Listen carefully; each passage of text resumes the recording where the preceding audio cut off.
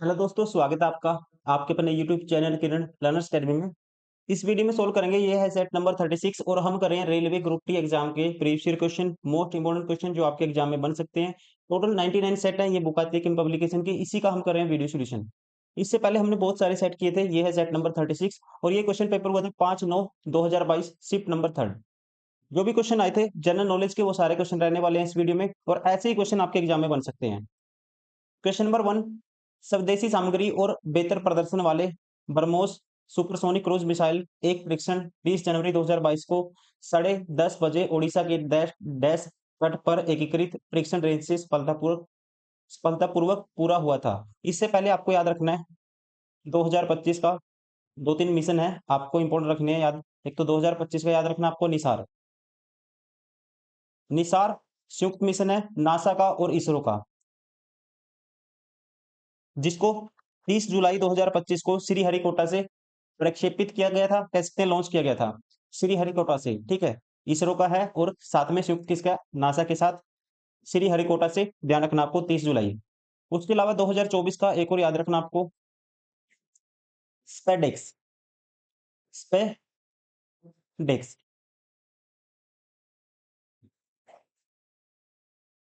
मैं सही लिख देता हूँ इसको, एक सेकेंड। स्पेडेक्स ये भी इसरो ने लॉन्च किया है, छोटे ग्रहों का, छोटे उपग्रहों का, सैटेलाइट्स का यूज करते हुए, छोटे उपग्रहों का या कहते हैं सैटेलाइट्स का यूज करते हुए, ये भी इसरो द्वारा लॉन्च किया गया है 2024 में, दिसंबर 2024 में। ये आपको ध्यान रखना है। बाकी इसका राइट आंसर होगा, इसको लॉन्च किया गया था उड़ीसा के चांदीपुर से। राइट आंसर होगा option second. Question number 2, Lok Sabha में परिवार न्यायालय संशोधन विधेयक कब पारित किया गया? ये किया गया था, आपको ध्यान रखना है, जुलाई 2022 में। लोकसभा में परिवार न्यायालय संशोधन विधेयक कब पारित किया गया था? 2022 में, जुलाई में। राइट आंसर होगा ऑप्शन 4।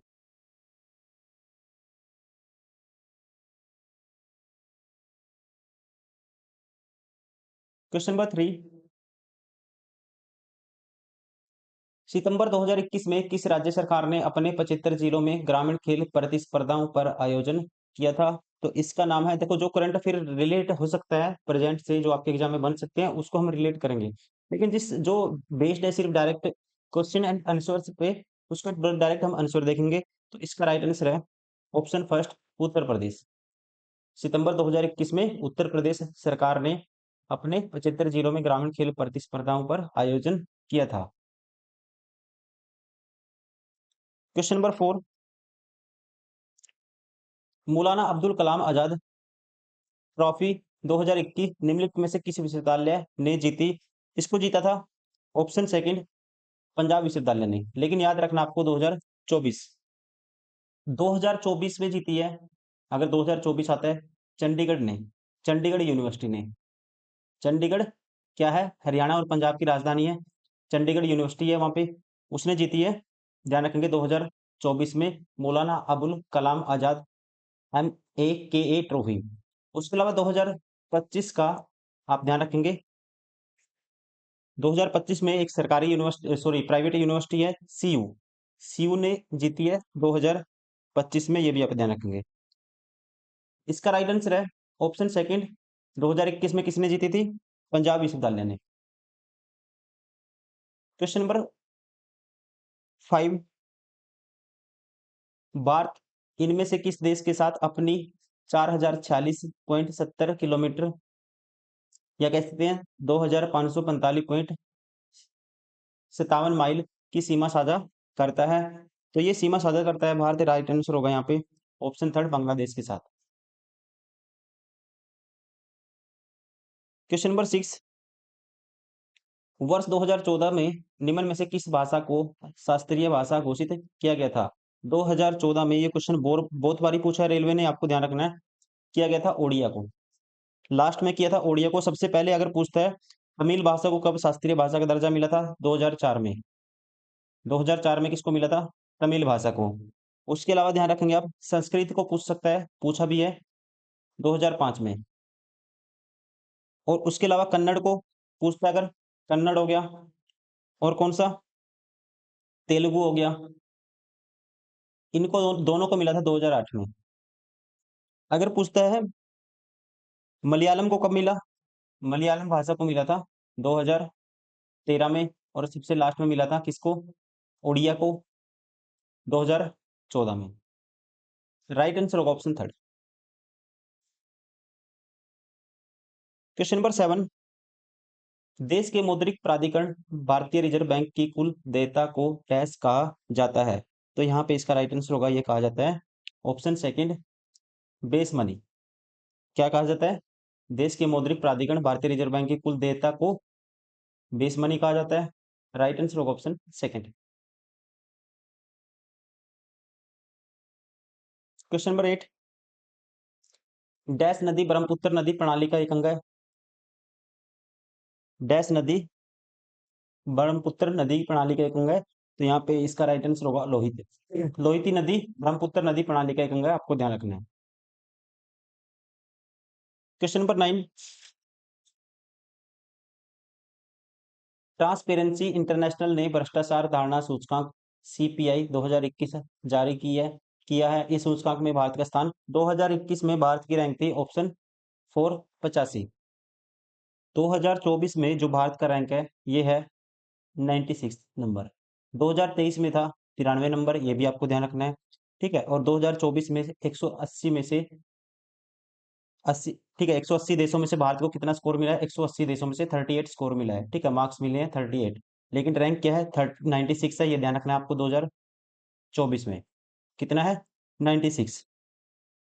और 2093, सॉरी 2023 में भारत की जो रैंक थी ये थी 93।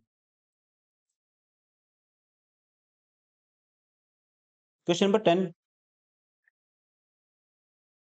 बाजार में कॉफी के मूल्य में परिवर्तन के प्रति चाय की मांग की प्रतिक्रिया का माप डैश का उदाहरण है? तो ये एग्जाम्पल है। राइट आंसर होगा ऑप्शन सेकंड, परस्पर मांग लॉज का, क्रॉस इलास्टिसिटी ऑफ डिमांड का। Cross elasticity of demand is the measure of the responsiveness of demand for a good to a change in the price of the related good. मतलब कि इसे कह सकते हैं हम complementary, complementary goods. Right answer होगा option second, cross elasticity of a demand. Question number 11, इसमें से किस स्वतंत्रता सेनानी की निर्णयात्मक लेखन डेफिनिटिव राइटिंग की पहली कृति हिंद स्वराज अभी भी दुनिया भर में विवेचनात्मक रुचि का विषय है? तो इसका नाम है, राइट आंसर होगा दोस्तों हिंद स्वराज। किसकी है ये? Hind Swaraj, Mahatma Gandhi. Option first.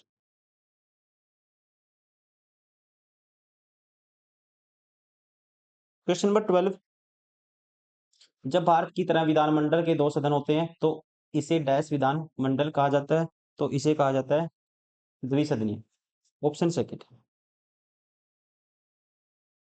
Question number 13, मुद्रास्फीति से निपटने के लिए आरबीआई द्वारा इनमें से कौन से उपाय अपनाए जाने की संभावना है?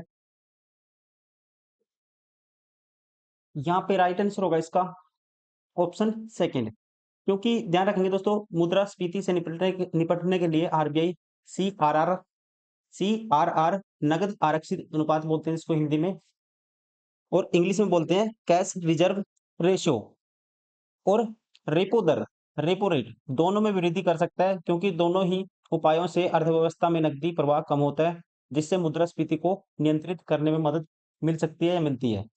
इसीलिए कह सकते हैं ऑप्शन सेकंड। क्वेश्चन नंबर 14, मार्च 2022 में भारत सरकार के प्रधान वैज्ञानिक सलाहकार प्रो के विजय राघवन द्वारा उद्घाटन किए गए नए जल प्रबंधन एवं नीति केंद्र का नाम क्या है? तो इसका नाम है, राइट आंसर होगा यहाँ पे ऑप्शन फर्स्ट, इसका एक्वामैप। क्वेश्चन नंबर 15, दूसरी पंचवर्षीय योजना में इनमें से किस क्षेत्र पर सर्वाधिक जोर दिया गया था? दूसरी पंचवर्षीय योजना में दिया गया था 1956 से लेके 61 तक थी दूसरी पंचवर्षीय योजना, और जोर दिया गया था, राइट आंसर होगा ऑप्शन सेकंड, उद्योगों पर। किस पे? इंडस्ट्री पर। Option second is correct. और किसके ऊपर बेस्ड थी? महल नोबिस मॉडल के ऊपर बेस्ड थी। क्वेश्चन नंबर 16, भारत की भू सीमाएं कितने देशों के साथ जुड़ी हुई हैं? भारत की भू सीमाएं कितने देशों से जुड़ी हुई हैं? तो यहाँ पे इसका राइट आंसर होगा 7 country, option 4। Question number 17, Khajuraho के मंदिर का निर्माण किस राजवंश के शासनकाल में हुआ था? तो ध्यान रखना दोस्तों, मोस्ट इंपोर्टेंट क्वेश्चन कहीं ना कहीं पूछा जाता है। तो ये हुआ था, राइट आंसर होगा ऑप्शन सेकंड, चंदेल राजवंश के शासनकाल में। Question number 18,